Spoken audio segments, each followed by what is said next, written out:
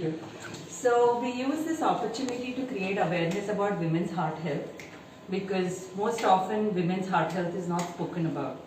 Every time we talk about stroke, heart health, it's primarily men's heart health, signs, symptoms, and also what should you do in prevention. Usually spoken from a man's point of view, but women's bodies are very different, and the signs and symptoms are also very different, and nobody talks about it. So we take this opportunity of Women's Day to create advocacy around it and also make it a little bit of fun. So that's why we call it Red Sari Challenge, where we ask you to wear, obviously not a sari, but at least something red, so that you participate in this whole campaign to create awareness about women's heart health.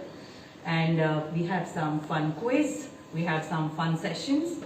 Before that, we will hear from Dr. Meghna Pasi about women's heart health. So, thank you. Have a great day. Good morning, everyone. Good morning. I think I remember most of the faces here. We've met, I think, a couple of times. So, feeling great to join you again. And we're launching this Red Sari Challenge and the hashtag Red for Her campaign with your office today. From 8th of March, it will go on till 30th of March. So we have 3 weeks of the campaign. We are there on social media. So basically, it's going to be a social media. Yeah. So yeah, hello to everyone out there. Happy Women's Day to all of you as well. Though I'll be addressing to this audience, but when I take the quiz, I think will they be able to answer? They can unmute and yeah. Yes. So would be happy if you guys also join. Alright. So yes. So as Meeta has introduced, why are we here? The reason is that we want to advocate about and create awareness about women's heart health. As she already mentioned, that when it comes to heart diseases, cardiovascular diseases, stroke, heart attack, all these CVDs, which is also one of the non-communicable diseases along with diabetes and hypertension and other disorders, we generally address it to men. We feel that this is a man's disease and women generally dread more from cancer. But that's not correct. More than cancer, we should be, fearing heart disease. Because after 35-40, there's a hormone called estrogen, which we women are, that we are gifted with, and that kind of supports our heart health for a few years till we are into the menarche. After that, after the reproductive age goes away and the hormones goes down, that's the time that we are at par, at risk with, along with men in terms of heart diseases. So for a few years, fine. When we are in our 20s and 30s, we are kind of safe, but later on, we are at an equal risk. So more than cancer, heart disease is the one that also affects women more along with men. So that's why we want to create awareness that, it shouldn't be that women should neglect their heart health. We generally go for cancer screening, but we hardly look out for our cholesterol levels, right? So that is extremely important, like how for men we say that your sugar levels and your cholesterol, your blood pressure should be normal. It goes for us as well. So there are a few myths along with this that, I don't have any symptoms. And that's the reason why I may not get a heart attack, right? But if we see, so these are a few myths and facts. Here, the graphic shows you that, men have a few symptoms, but what are the symptoms for women? Oh, you can't see it here. Can we just move it on the side? Yeah, so for men it could be, neck pain or jaw pain or squeezing chest pain. But for women it could be just general fatigue, a chronic fatigue.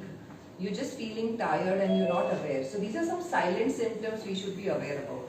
Also shortness of breath, chest pain, but not always common. So it comes and it goes. It's a very mild pain and you feel it's more of indigestion. It's more of gas and bloating, but it could be a sign of a silent heart attack. So these are a few signs that women should be more, careful about, more observant about than men. Men might generally get it as a severe chest pain or a jaw pain or a shoulder pain or a back pain, but women even get it as an abdominal pain.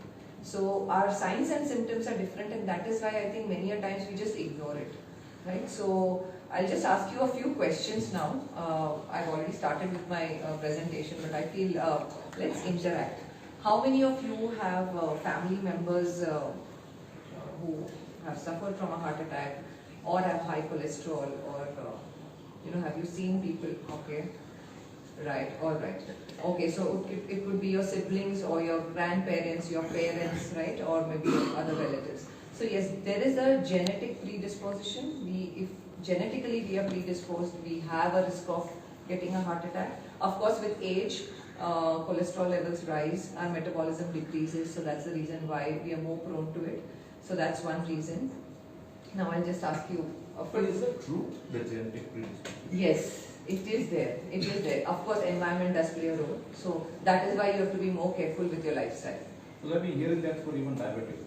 It is true. There's also one more saying diabetes is one generation after. I hear multiple things on that. So, no, it doesn't skip a generation, okay? It doesn't. So, we shouldn't think that, okay, if my grandfather had it, I'll have it, or if my father had it, I'll not have it, maybe my kid would. It's not like that. But, yes, genetically, if you're predisposed, you are prone to, you are at a higher risk, and that's the reason why you have to be more careful. So, now just coming, let's do a fun quiz. What is more harmful, LDL or HDL? What is LDL and what is HDL? LDL is harmful. LDL is harmful. And what is it? Low density cholesterol. Amazing. It is low density LDL. It's a low density lipoprotein. Okay, it's a protein molecule. Also. Yeah, okay. yeah, we are giving away keychains with a healthy heart, showing a healthy heart. So, why is it asking? Alright, one more question. What is more healthy for the heart, omega-6 or omega-3? Yes. Omega-3, yes. Alright. What has more omega-3, walnuts or cashews? Walnuts. Oh, I need to give it to it. Okay. What has more omega-3, chicken or fish? Fish. Very good. Okay. Just toss one, whoever picks up picks up. Alright, catch. Got it. Alright. Okay. Do you know the normal blood pressure levels? 120. 80, 120. 80, 120, it is 61. 80, 120. Yes, correct. Okay. Alright. What are the normal cholesterol levels? Somebody's googling.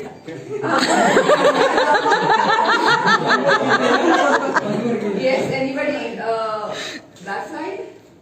The normal cholesterol levels. We wouldn't know if you're googling it actually. 80 to 140. 200, so 80 to 140. No, somebody 200. said 200. Yeah, less than 200. Yeah, correct. That's normal. Rancho, they're not asking your cholesterol level. No. The total cholesterol should be less than 200, right? Okay, what is BMI? body mass. And how much should it be? Body mass. Very good. Body mass index. Amazing. How do we calculate that? You know what is Your BMI? What is age your and body weight. Yes, sorry, come back. Your age As per and the the height. body weight. No. Height, weight, Body and the weight is age. fine. Height, weight and the age. Yeah. Oh, okay, there is no relation with the age, but yes, your height and weight. So now how do you calculate it? So if you're 164 centimeters, you minus 100, it should be 64, you should be 64. That's your ideal body weight. Yeah. No, that's not your BMI. That's okay. Yeah, that's not your BMI. Uh-huh. Your BMI is your weight in kgs upon the height in meter square. Okay, and what should be the normal levels? 25. 23. 18 to 23 are the normal levels. Earlier it used to be 25. Now 23 to 25 is considered overweight and above 25 is considered obese. Okay, what is another way of determining obesity? And size. You can say your waist size. Yes. So it's the waist to hip ratio that everyone should be careful of. It shouldn't be more than 0.9 for men and 0.8 for women. So it's your waist to your hip ratio. You can measure it in centimeters or inches and just divide it. It is waist upon your hip ratio, right? And that shows the central adiposity. Now, one thing you should be, be mindful about, that generally if you are overweight, it is still fine because your weight distribution is normal, in all other parts of the body. So your hands, your legs and everywhere. But the central obesity, where we call it an apple-shaped body, okay, here, that is very, very harmful. The reason is our vital organs, if they are covered with visceral fat, okay, that can lead to imbalance in your insulin. And if there is imbalance in your insulin, even if you have insulin, if your body is not able to take up the glucose, then there's a rise in blood glucose level. When there's a rise in blood glucose level, what can happen? Diabetes. Diabetes, and more glucose not used gets converted to fats, right? So later on it might lead to obesity. Okay, there's one more risk factor apart from your genetic, risk, apart from age, apart from your hormones. There's one more risk factor. What is it? And obesity, of course, and diabetes, of course. Heart. Yes. Lifestyle. Lifestyle, yes. One more thing. With lifestyle, what comes? Hypertension. That is high blood pressure. The main cause which leads to heart diseases. What is hypertension or high blood pressure? Stress. No, what is it? What is high blood pressure? What is above 120 or above 80? What does it lead to? The pressure of life to the heart. Correct. Your heart has to pump harder to force the blood outside the arteries into other parts of the body because the pressure is very high inside. And that high blood pressure is because of what? What is the intake of what leads to high blood pressure? Salt. It's the sodium that leads Excess salt. Excess salt, correct. It's the sodium that leads to hypertension, which leads to excess pressure on the heart muscles to pump more blood, right? So that's the reason. Amazing. So yeah, we'll distribute this to all of you. Good answers. And going back to my presentation. So yeah, so these were a few symptoms for a heart attack which are different between men and women. No, I think that means women, what you're saying is not as same as men. Certain symptoms are same, like there's nausea and vomiting, neck pain and back pain are same. But here, for men it is back pain, for women it is upper back pain. Symptoms like fainting, indigestion, extreme fatigue. These are something which we feel that it could be because of low sugar levels, or it is general tiredness, or it is because of anemia. But we should not neglect that it could also be a heart disease related symptom. Generally, we tend to neglect this and we are not aware that a woman would have suffered from a silent attack. And when it's a silent attack, when you are not aware. There is a study that shows that basically women who've gone through heart attacks have shown the symptom of, very common symptom to stomach upset. So they neglected thinking it is gastric problem. Yeah. And then the next moment, most of these cases, even recently we saw in papers about Sushmita Singh, right? Yeah. She, 2 days ago, she came into the papers and spoke about her heart attack. Again, the same thing. Women, when they get heart attack, the primary symptom would be gastric issues. The reflex on the reflex you have. So we feel it could be acidity or bloating, that we've eaten something, the other day which we couldn't digest. But it could be because of there's a mild attack. And when this keeps recurring, silent attacks keep recurring, that's the time your blood vessels of the heart, they are damaged. Okay, there is abrasion inside and then there is more plaque deposition. What is a plaque deposition? It is deposition of your cholesterol that is passing through, right? So it gets deposited in where your vessels have been injured, so whereas there are dents. And more the plaque, it starts narrowing your arteries, right? And also for Indians, why are we more, at a higher risk of heart attacks and heart disease? The reason is our artery size, the diameters are very narrow than the Westerners.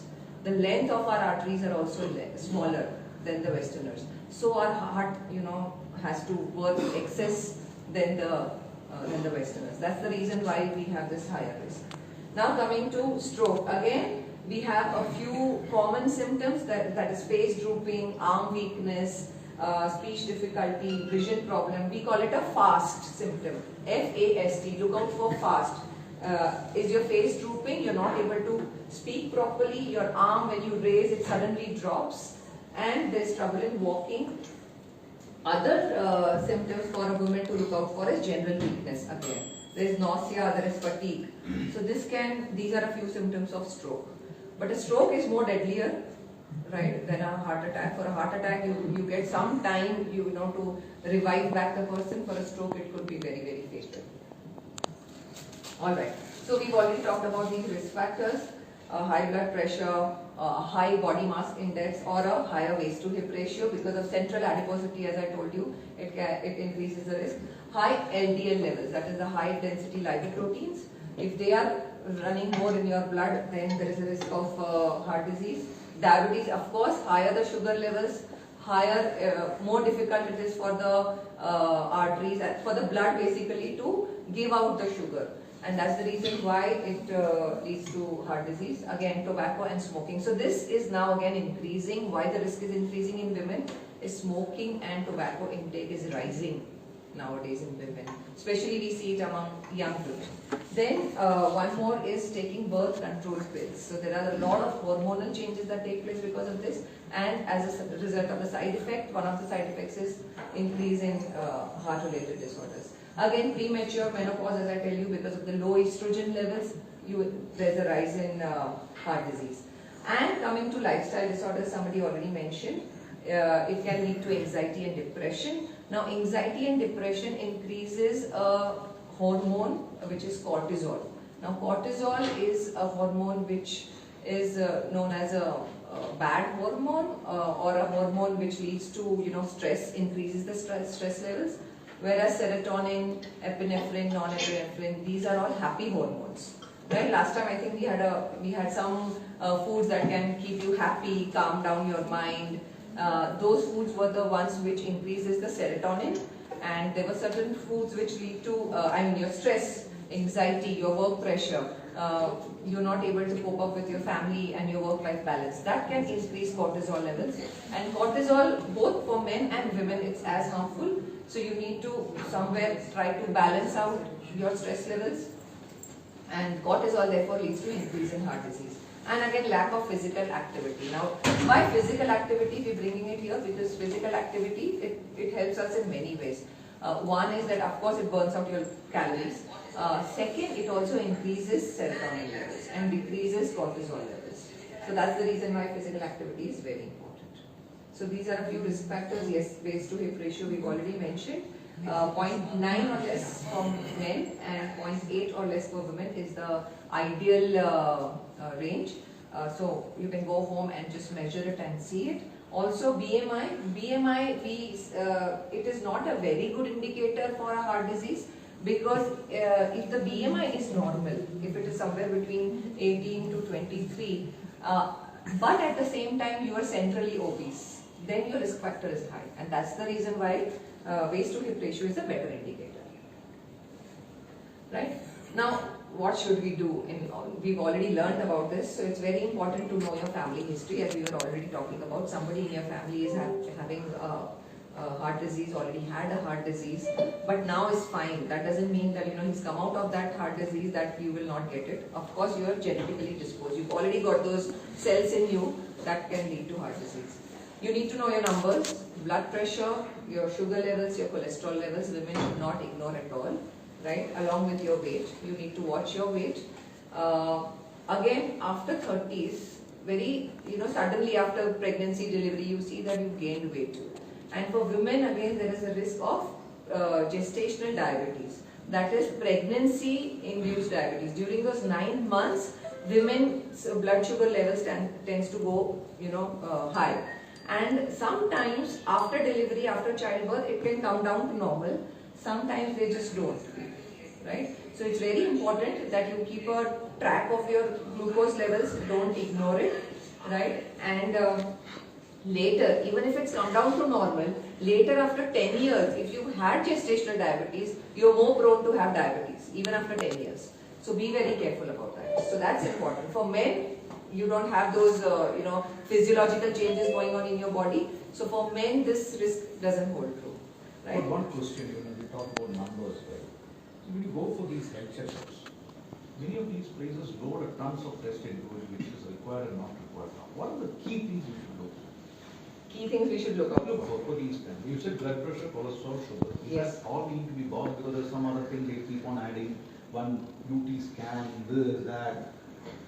I thought more of them, they are selling their numbers and looking at it than what you really need. Now, See- vitamin D test is See, kind of a mandatory. that's completely different. Those are micronutrient deficiencies. This is what we're talking about is things that are related to obesity, high blood So pressure. this BP, sugar, and cholesterol is good enough for us to have a check? Yes, These three are enough? yes, yes. You need to check your, again, waist to hip Yeah, ratio. that That is- is very, very important. Look out, check out for your weight. That's But all. otherwise, from a blood And test again for point of- stress, sorry, yes. From the blood test point of view, these three are See, cholesterol and sugar. Again, B12 and vitamin D, they are related to stress. Higher the stress, okay, you will see lower levels of vitamin D and B12. So when you're taking any supplements for vitamin D and B12, they reduce your anxiety and stress, which again are related to heart disease. So there is a connect. There is a connect. Okay, it's vitamin D is not just for your bones, right? It is also related to stress. So very, very important that when your micros are fine, your macros will also be fine. And that's the reason why this whole body checkup is necessary. So, Yeah, you land in a hole, you need to do everything. in Yes. I yes. don't know what is required and not required at times. No, but there are different tests, right? There are tests for cancer. There's a different test. You go for your abdomen screening and all that, and all these sonographies. They are to check out for whether your bladder is working properly, whether you have any gallbladder stone or a kidney stone. So those are different tests. You have your chest X-ray to see whether your lungs are okay or not. So of course the different tests are meant for different things. But yes, the blood parameters, if you're looking out for the micronutrients and the macros, you need to be very aware of, right? Yeah, again, quit smoking, extremely important for women. It is very harmful. So tobacco and alcohol should be avoided. Yes, and listen to your body. If you feel there is something wrong, don't neglect it, because we tend to, forget and just neglect our health for the reason that, our family's health is more important, our kids are more important, our work is more important, cooking and kitchen is more important, and at times we feel that, okay, chalta hai, hota hai, but don't neglect that. So, what do we need to, I think we talked a lot about what MyThali last time. We talked that a well-balanced diet is the key. You need to eat whole grains, fruits, vegetables, we'll come to that. Why do we need to eat fruits and vegetables? And avoid processed food and junk food, right? Include calcium-rich foods, mainly for women. Why? Almonds, milk products, greens, legumes, fish, oil seeds. Very, very important to keep your bones healthy. And have enough of vitamin D. From where do you get it? From egg yolk, green veggies, fatty fish, seafood, milk, vitamin D supplements. So very, very important. So be careful about all this. Yes, we know that we need to take our food in a very balanced way. This is our thali. We've talked about this last time as well. You need all your 5 food groups on your plate in the right portion sizes to make it a balanced meal. That is the thumb rule that you need to follow. And what are the 5 food groups? A quick revision. Carbohydrates, Yes. Proteins, carbohydrates, vitamins, minerals, minerals. fats. Okay, are these food groups? You beautifully led everybody into. Are these food groups? These are nutrients. What are food groups? Kill what? मुंह खुला लेकिन आवाज नहीं निकली. Yes, what are food groups? You can see it right there. Vegetables. Vegetables, yes. Yeah. Proteins is a nutrient. What are the? This is another great answer. Yes. You were breakfast, breakfast, dinner, snacks. You say breakfast, dinner, lunch. 5 food groups. You say 5 meals of the day. No, what are the 5 food groups? Okay, there are cereals and the grains and the millets. Okay, milk and milk products, the vegetables and the fruits. Then the pulses, meat, and the 5th is the fats and the oils. These are the 5 food groups. Here you can see all these 5 food groups. There's one invisible food group here. Water. Fats and oil. What is not a food group? Fats and oils. Yeah, it's somewhere on the chapati, somewhere in the dal, somewhere in the sabji.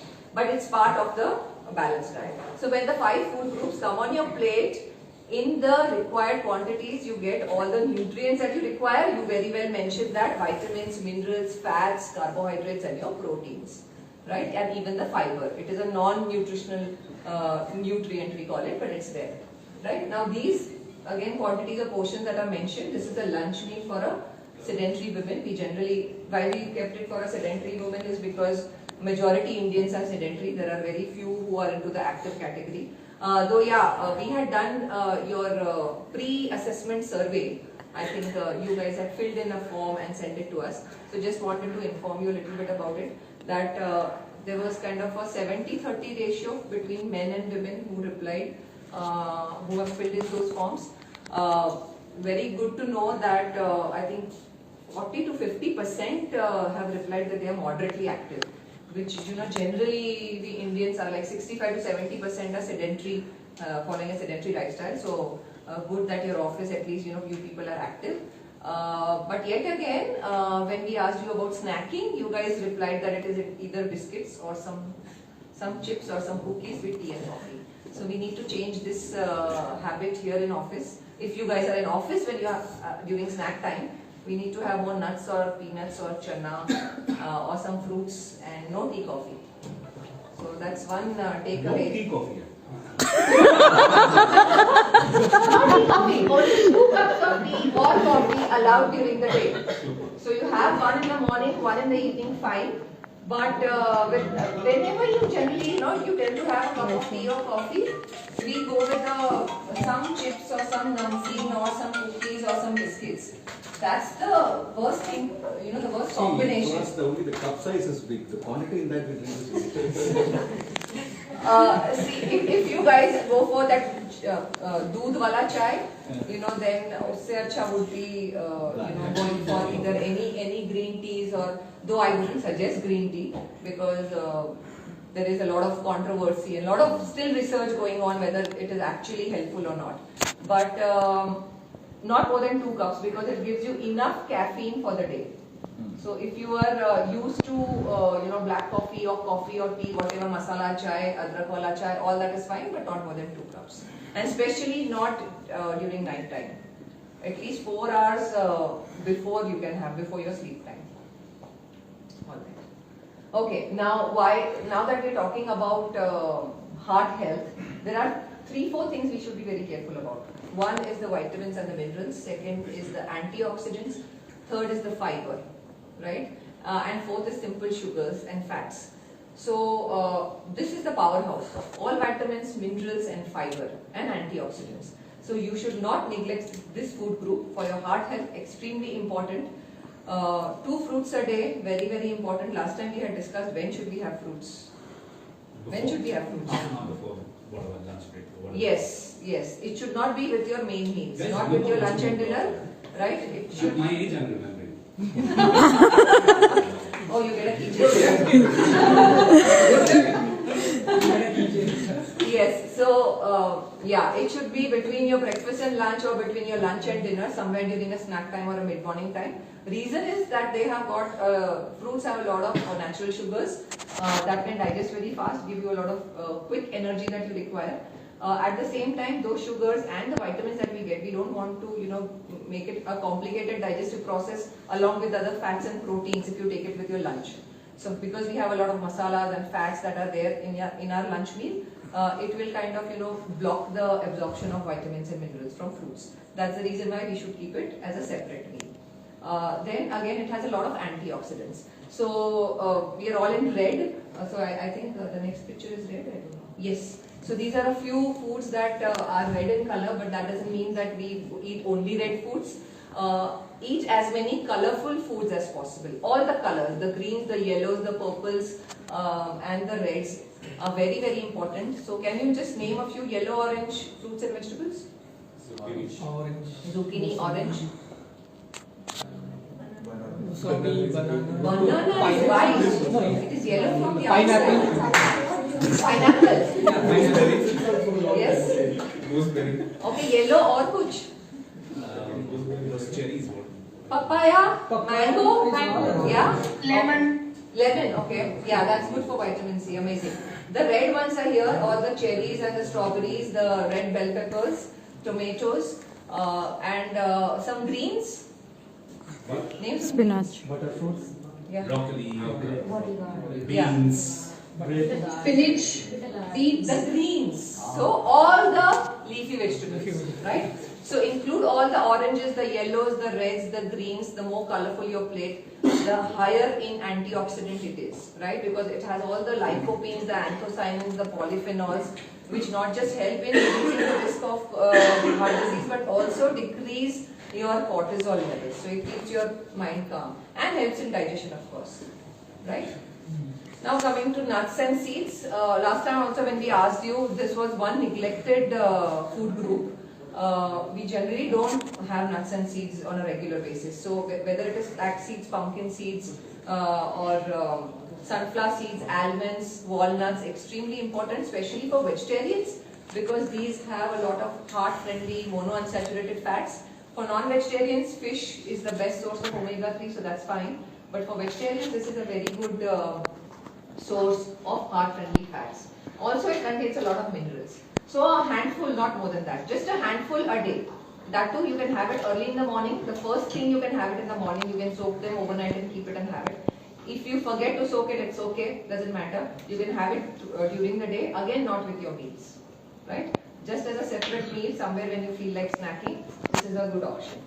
So that's one thing. Now coming to fats and oils, we call it a culprit because we feel that this is the villain and it's only the fats that lead to rise in cholesterol. Yes, of course they lead to rise in cholesterol, but which ones? The saturated fats, right? The monounsaturated fats and the polyunsaturated fats, which we get it from the vegetable sources, are good fats, okay? But if again not utilized, can get converted to cholesterol. But saturated fats, they generally have a high content of cholesterol and therefore should be avoided. Now somebody would ask me that why ghee, nowadays we say that ghee is healthy. Yes, ghee is very healthy because it has a certain, different fatty acid, which is again heart friendly. So that doesn't mean कि कल से हम घी में तलना शुरू करें and we have gulab jamuns and jalebis.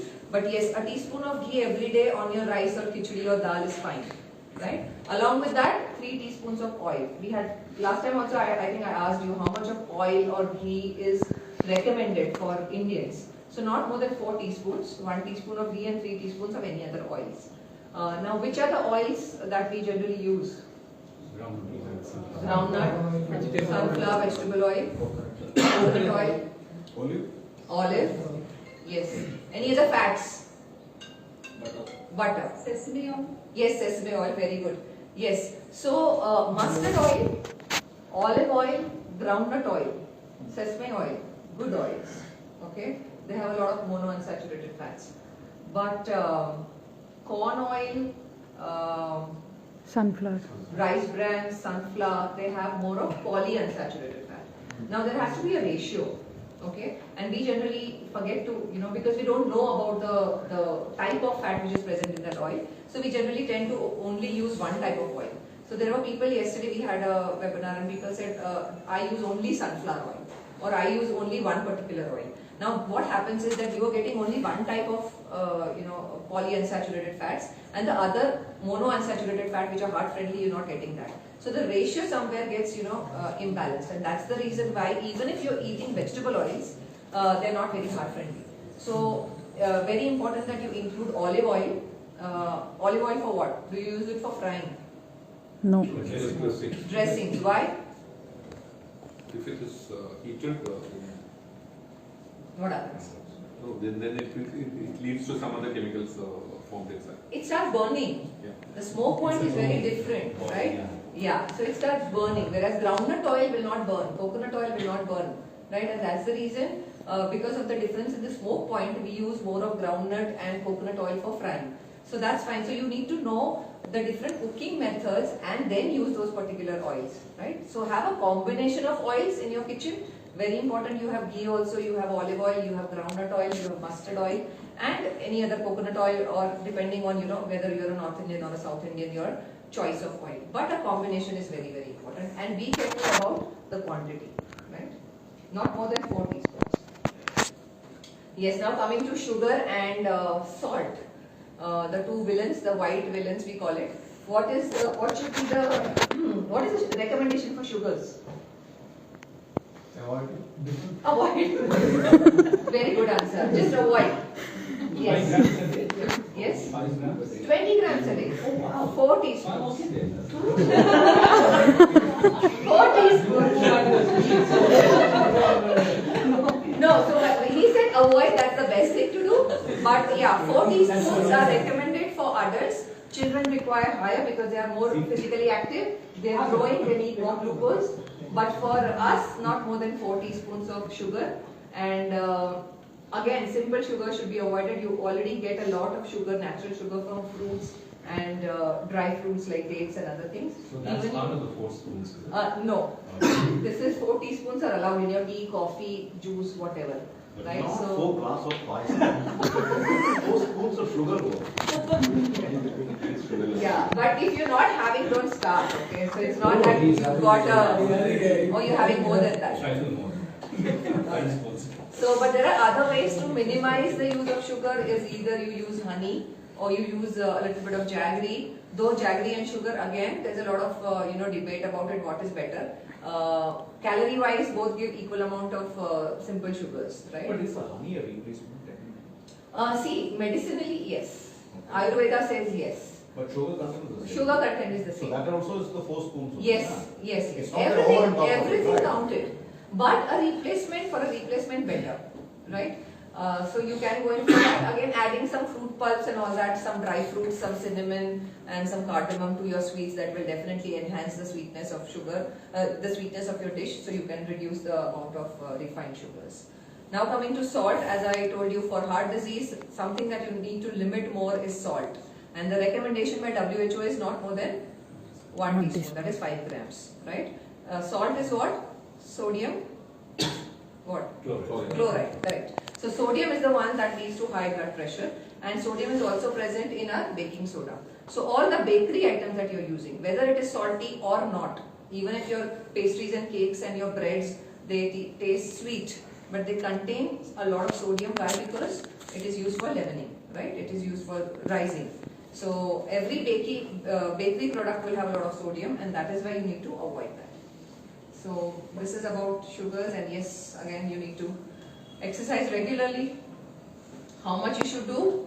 Do not suddenly start. Do not force yourself into it. Start slow and start small. So every single step should be kind of should help you and not stress you out.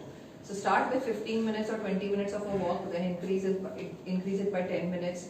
After a week or 10 days, your heart should feel comfortable. Whenever you feel that it's, there's palpitation or you start sweating, that's not right.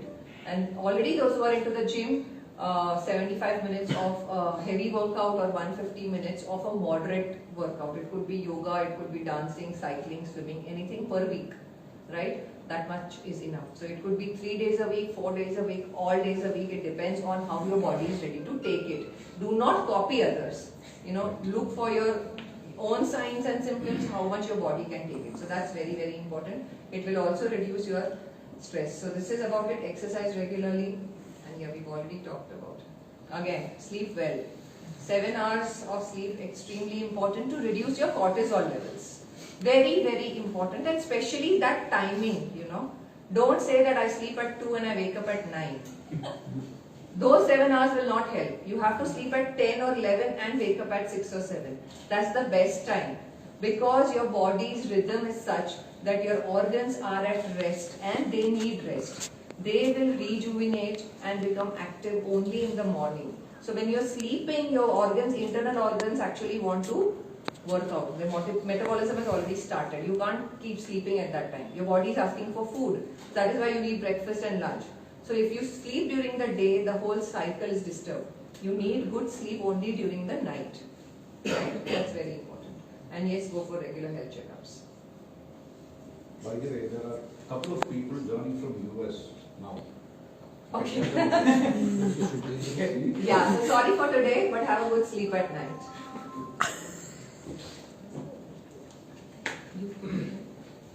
Yeah, so any questions? Maybe you should repeat the physical activity limit per week. Yes, so as I already told you, right, 150 minutes is per week, right? So it could be you do it 1 hour every day and then you divide it how many days? 150 minutes per week. Yes. Is the limit? Yeah, so 150 minutes are good enough. Good enough. 30 minutes per week. The That's 30 reason minutes. Yeah. the reason we are, as in trying to establish this, is because we had a session last year with a cardiologist, a very renowned cardiologist, and he said that humans, we've evolved, we've become thinking machines, and we no more are at this fight and flight risk. So we don't need this excessive workout. Our bodies don't need this so-called as extreme sports. For us, if we do 150 minutes a week, that's good enough. 30 minutes of walking, brisk walking is great. Anything more than that, you're pushing your heart. And that is why of late we are seeing a lot of people dropping dead in the gym. So that's why I asked her to repeat that, because that's really important. People push themselves a lot and put a lot of pressure on their heart. You want to take it forward? I'll just give you another example. It's not related to heart disease, but one of my friends in his 40s, he suddenly started, feeling that he's kind of putting on a lot of weight on his abdomen and wanted to get back into his, that physical fitness. He joined the gym and he was doing an hour every day with cardio, with strength training and all that. Suddenly the instructor said that, so why not, I'll become your personal instructor and, you should push yourself because you're quite active. Push yourself to 2 hours every day. And he started doing that. And with all those leg exercises and with all the weights that he started increasing, the hernia bulged out. Okay? It just tore apart and it bulged out. So this is a very common thing that we see generally. You feel that exercising is fine, but overdoing is just not fine. So this is just one example that it might not stress your heart. It would be doing it, otherwise inside, which you might come to know after 2 years.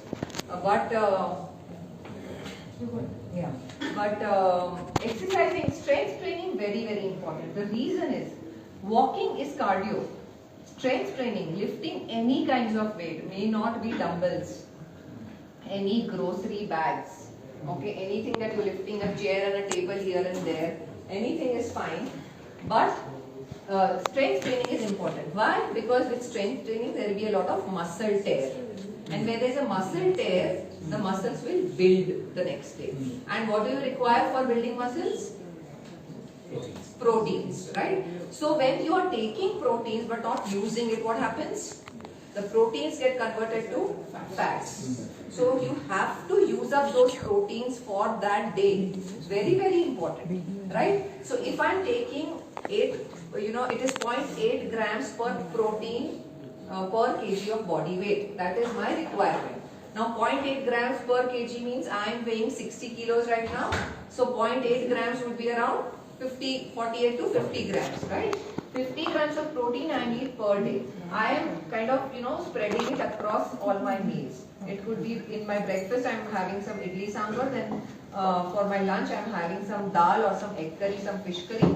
Again for dinner I am having some dal or some rajma, some chole. So, or some peanut chaat or some other charts, right? So I am spreading my proteins, but I need to also use my proteins. So sometimes people say that I am eating less of fat, or I am just not eating fat, but why am I putting on weight, or why am I, why are my cholesterol levels so high?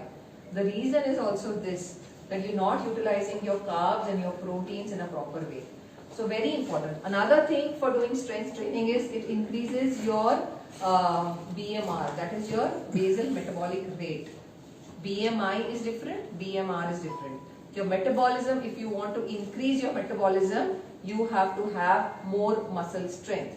More muscles, higher is your metabolism, because your muscles require more calories to work out.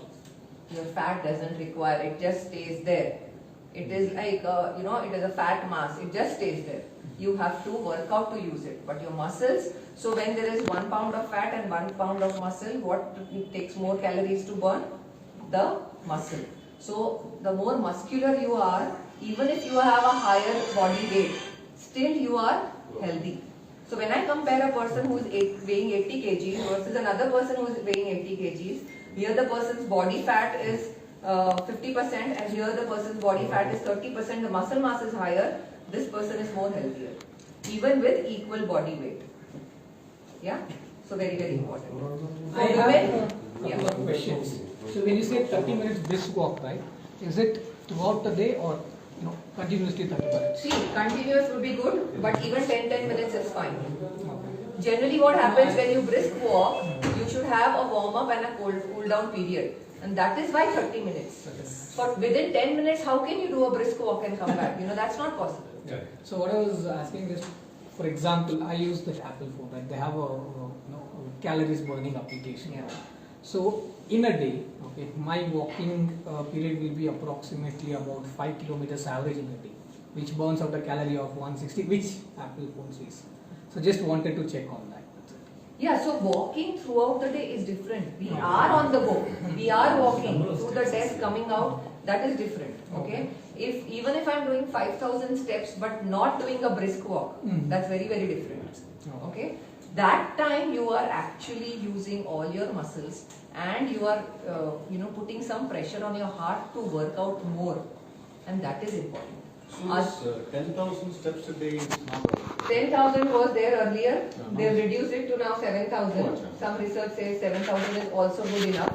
But if we tell you 7,000 is the limit, you might say next time when we meet, okay, why not 5,000? So kind of let's keep it somewhere between 7,000. But 7,000 is also good enough depending on how you're doing it. Again, as I told you, that 5,000, how are you doing those steps? That is also important. fundamentally it's a brisk walk, not like normal walking. Not a normal stroll in the garden, or you're just going out shopping, or that's not considered as an exercise. I have one more question. So how many eggs can be consumed? Eggs, okay. The latest research shows that cholesterol that is produced within the body, the endogenous production of cholesterol, is more harmful for heart disease, and it is not the cholesterol that is present in the food that leads to heart disease. Now there is again a debate on this, but this is, the research is on. So why earlier we used to restrict eggs? The reason was that the egg yolk has a lot of cholesterol. And that egg yolk, one egg yolk is enough for the whole, requirement of cholesterol throughout the day. That is 300 mg of cholesterol that you require per day from food, right? Not more than that. Your body is already producing cholesterol within it. So whether you eat cholesterol or not from outside, it is still going to, keep producing cholesterol. Now again, if we have a genetic predisposition, then the endogenous production of cholesterol is higher in some and lesser in some. So sometimes we see that there are patients with high cholesterol levels, even if they are very lean, like my mother. She weighs only 45 kgs, but she has high cholesterol. So there is something wrong internally. She's not eating eggs or she's not eating meat or red meat. Still she has high cholesterol. So those things that happen inside, we cannot stop that. But yes, coming to eggs here again, the recommendations were not more than 3 eggs a week. Okay, not more than 3 eggs a week. Now, if you are if you are going to the gym, if you are into muscle building and all that, then yes, you can have 1 egg a day, or that's enough. For proteins, you can increase definitely, but again, you have to see how much you're doing out. See, for a cardio, you don't require proteins. For strength training, you require proteins. So when are you doing those strength training exercises? That's the time you require proteins, not all 6 days a week. So be careful about that.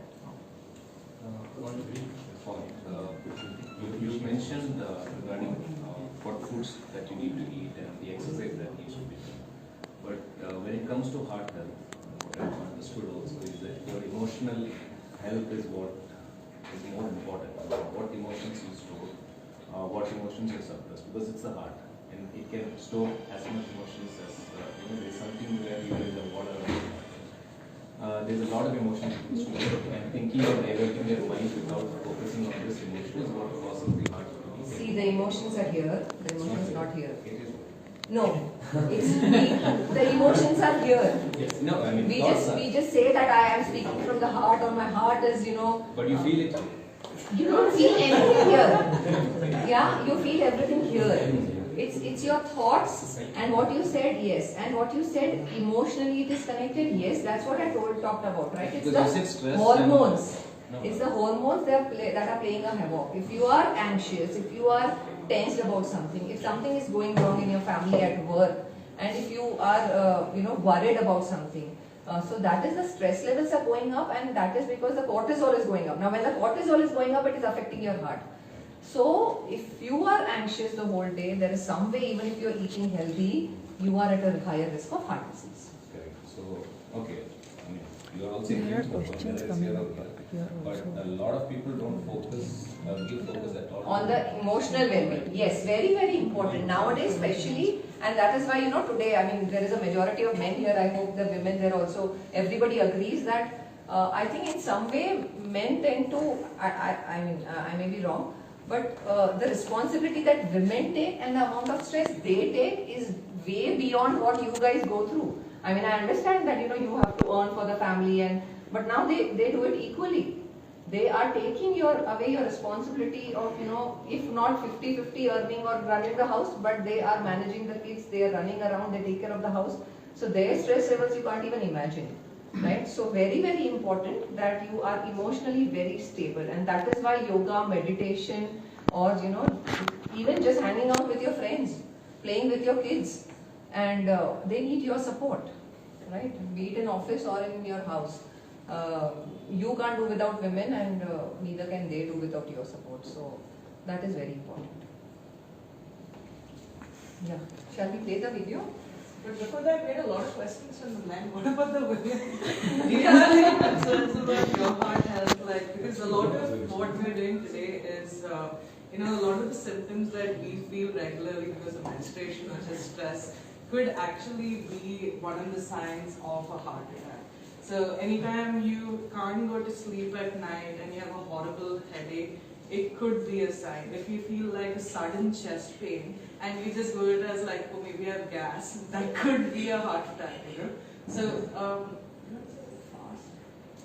Yeah, you want to okay. So that, are there any concerns that you have in your intake or what you feel you're intake?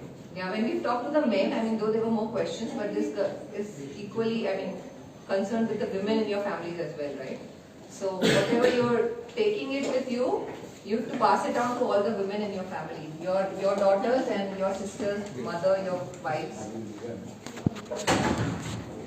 Any questions? I have something to share over here. May I? Yes, please go ahead. So, in the West, I live in America, and in the West, the family structure, there's a lot of emphasis given on individualism, right? And so even the economy and the whole capitalistic structure, which is basically the foundation of the Western world, is based on individuals, right? And so the family structure dwindled a lot in this part of the world. And a lot of the biomedical model structure is applicable to people over here, maybe in a certain way, especially because you mentioned about the arteries being bigger, the food intake, lifestyle, even alcohol consumption, and the processing ability of people is much higher perhaps in this part of the world. So, from an Indian context, what do you think would be something that we may be missing entirely that we've not tapped into from our traditional wisdom? Right? There's all this that I've heard in the last 45 minutes somehow seems to be like a Western template. Of course, there's yoga and meditation that we've spoken about, because I think wellness comes from something very profound in terms of experience, right? Whether it's connected to divinity or whether it's connected to some experience of something that you're experiencing beyond the ordinary experience. I think India has something to offer much more profound for all of us as a nation and as individuals, which I think it's happening in many ways in ashrams and in under gurus and in various ways, even under the ambit of the Ayurveda and traditional medicinal and herbs and all of that. But that's something that's not talked in the mainstream at all, and that's something I wanted to ask you, how much of that holistic sort of approach is kind of happening? My sister's a doctor, a biomedical doctor, and we find it very hard to have this conversation, because she dismisses most of this part of the conversation. So I just wanted to ask you, because I think for this group it may be very relevant from a wellness standpoint. Just kind of reflect on it. Yeah, thank you. Of course, we can't get away from our roots, and I think whatever that we talk right now, it's not just in the modern context that we talked. When we talked about having balanced diet or exercising, it's not that it is something modern. I think our grandparents, maybe they ate better, they exercised more. I think all our gurus and saints, they have been saying the same thing, and it is coming back. I think earlier there was a period when we started following the Western trend. We said there should be no ghee because ghee is bad for heart health. Ghee is back again. Now, I think we are a bit slow in terms of patenting our own herbs and spices. But I think like turmeric, you can call it as a turmeric latte there. We have haldi wala doodh almost every day. So we Indians have not forgotten anything, it's just that we kind of need to reiterate, and it is there in our kitchens. So the whole health, or I can say a pharmacy, the kitchen is a pharmacy for everyone. And be it a small cold and cough or a viral flu, most of the times we can't kind of handle it within the kitchen itself. Only if it goes beyond, that we cannot, only then we visit a doctor. And definitely, yes, you need to if there is a need be. But otherwise, I feel we've not lost anything. And that is what now the West is kind of, I shouldn't say copying us, but trying to understand the importance of it. So we have not left anything behind. That would be my answer. I think we are still as traditional, though we might go out and eat burgers and pizzas. But we've not forgotten our rasam rice, and we've not forgotten our khichdis and bisibele bath and our vegetable soups and all that. So it is there. In fact, with such a vast demography, we have a variety. And every state or every east, west, north, south, we are rich in such a diverse culture and dishes. I would say the variety of foods that we have on our platter. And now that everything is coming together, we are in fact more benefited that I can eat something from a Northeast Indian food sitting here in Bangalore, and you can have a Gujarati food also in Bangalore, and you can have a very good, something made from mustard oil also sitting in Bangalore. So I think that's all coming together, and people are realizing that. And I would just like to, just share one of the campaigns that we did last month. The reason why, we are talking about healthy eating and healthy food, we reached out to student chefs from the hotel management colleges and culinary institutes, all 20 colleges in Bangalore. We went and talked to all the students, and when we talked to them, we realized that for them, taste and the presentation is important. Now imagine if we are eating out so much more now, the eating out is increasing, ordering in is increasing. And with all that happening, if the chefs don't serve us healthy food, it's going to increase the risk of all these NCDs. So when we talk to them, they realize that how much important is having balanced meals and having our traditional foods, coming back on the menu. So the colleges were extremely, they were very happy with this amazing experience. We had a cookout, like a master chef happening in one of the colleges. They hosted all the 20 colleges, and it was a great success. So that's how, we are trying to build the whole environment around that people who serve us should serve us healthy food. And of course, we should be mindful about what we are, demanding. So that's my take on that. And just one other point is about the stress coming in from various quarters, right? I think the phone has become a central piece of stress. Because you just can't put it down, right? I just thought that you may have a live demo. You think so? When I got this call. Yeah, but see, that's something that we can't avoid it also, right? Most of the work happens on the phone, and we are well connected because of the phone, and it's the way you use it. So it could be a boon, or you take it the way you use it. So I think you can't say that it's one of the greatest inventions. You can't do away with that. It is definitely, and there's so much of information that you get on the phone. You can connect with the doctor, so immediately that you want to. So there are a lot of positives. Of course, there are negatives, and with positives, negatives do come. It's up to us how we choose it. So, Yeah. Meghna, Priya here. Yeah, Priya. one question. I saw your presentation where you showed the thali and stuff. Sometimes this doubt keeps coming, right? That while eating right is important, how to know how much to eat? Is one chapati enough for me to? I mean, how to know that? Yes, exactly. You know what to eat actually. You know what is good food and bad food. But even good food can become bad if you don't know the portion sizes, right? So it's very, very, very important that you have a portion control. And for that reason, we have this balanced thali. And if you would have seen on the thali picture, we've actually, put the quantities. So when somebody tells you in what cooked quantities you should be eating, that's the time you will realize that, okay, for these many calories for my day, how many idlis in the breakfast, or how many chapatis for lunch, and how much of fruit or nuts I should have, and at night how much of dal or sambar I should eat. So that's where MyThali comes in. So I would request all of you to visit our MyThali page on our website. We have all the meal plans laid out for you for sedentary, for lifestyle, for active lifestyle, for men, women, and also for children. So there, all the cooked quantities have been mentioned. So those portion sizes are very clear. Instead of remembering that, I should have 300 grams of vegetables or 50 grams of dal, you can't weigh it every day, right? So we are not talking in terms of cooked raw quantities. We talk in terms of cooked quantities where we tell you exactly 1.5 chapati with 1 katori of rice. And when that gets registered in your mind, I think it kind of stays with you.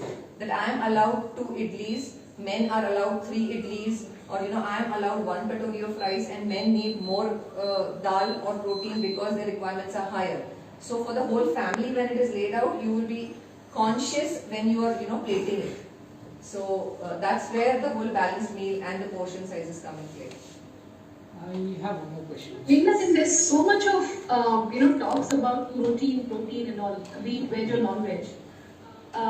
While you say that 1 katori of dal is enough as protein, I mean for one meal, for example, is it right that the focus on protein has to be much more than anything else, and how much protein? Yeah, so as I already mentioned, 0.8 grams per kg of your body weight is your requirement of protein per day. So if you're weighing 60 kgs, you require around 50 grams of protein. And now 50 grams of protein, you wouldn't know from where it will come from, right? Because proteins are also part of the grains. It is a nutrient which is present in grains as well. So when I'm talking about 1 katori of dal for lunch, 1 katori of dal or rajma or egg or meat at dinner, and 1 cup anyways in terms of chickpeas or any other charts or idli sambar for your breakfast. Those 3 meals you need at least that much of protein. Other than that, you get protein from your nuts that you have in between, and you'll get also from the grains and the millets that you eat. So this will make up to 50 grams of proteins, and that is why we put out these quantities. Of course, proteins are very important because your hormones and your enzymes, they are all made up of proteins. So very, very important.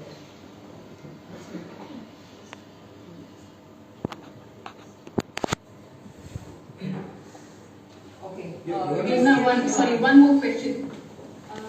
Some time back, there was too much focus on water. You should drink 2 liters of water, 4 liters of water and all. But now I'm hearing that there's no need to drink so much of water. It's drink when you are thirsty, because it also impacts your heart.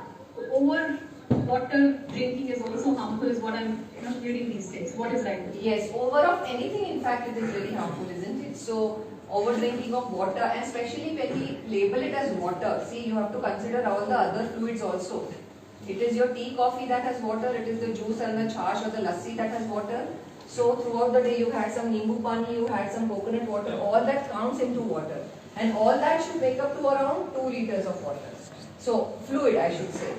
So then, of course, your water intake should be balanced.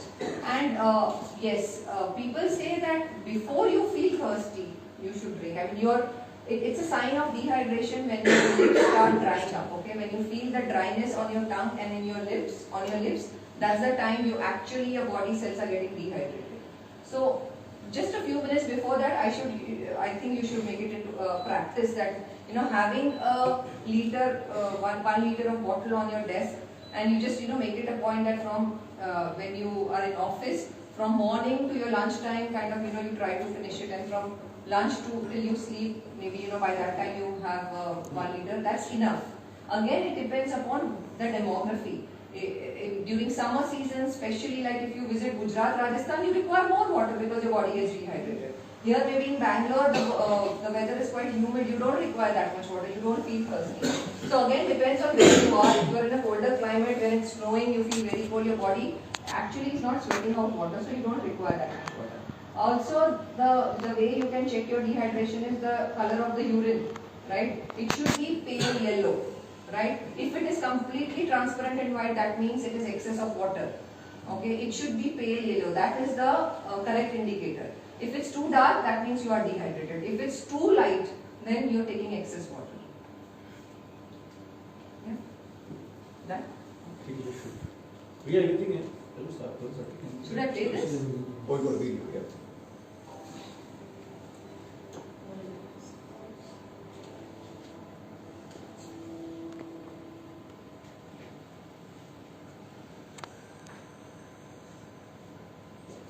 For everyone, we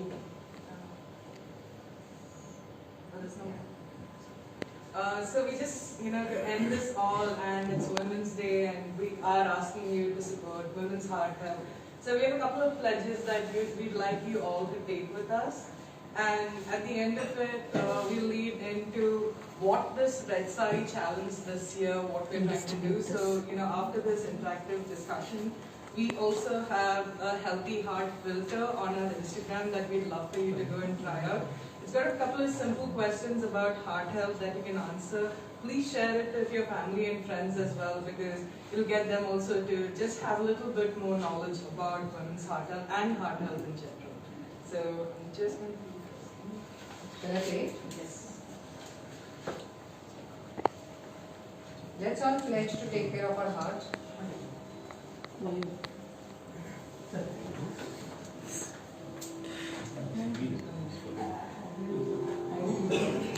Give to the ladies.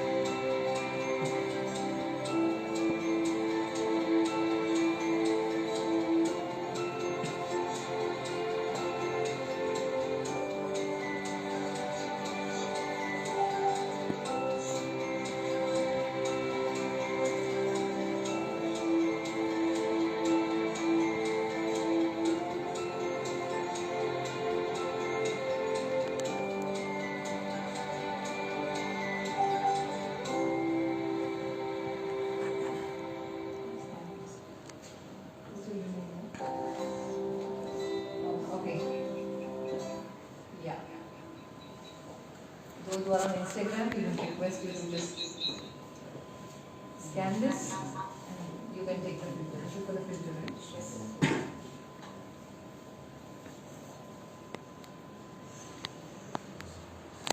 You have this somewhere else also, right?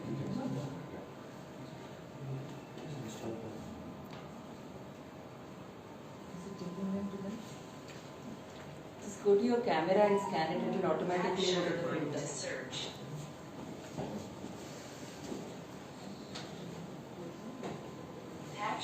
button to open. Shutter button.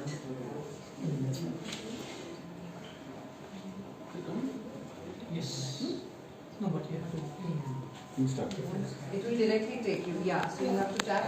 Shema, can you just guide them how to play this? So you just need to turn this to your front camera. How do I end live? Yeah, turn to your front camera. But that only works with Apple phones, not with Android. No. That we have to open a different scanner. Oh, maybe, yeah. So if you have a scanner, yes. So you can just press the record button to record yourself, and you just need to. Yeah, you have to tilt your head on the left or the right with the right answer. Shiva, stop. And you'll get those smiley pop-ups whether it's the right answer or the wrong answer. Yeah. Just read the questions and play the game.